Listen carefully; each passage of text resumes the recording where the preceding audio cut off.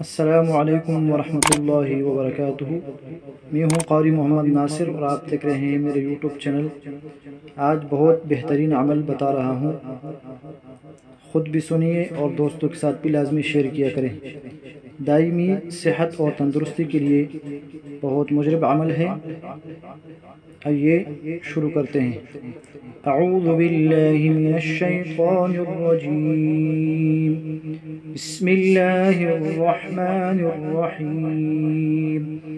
فأقم وجهك للدين حنيفا فطرة الله التي فطر الناس عليها لا تبديل لخلق الله ذلك الدين القيم ولكن أكثر الناس لا يعلمون۔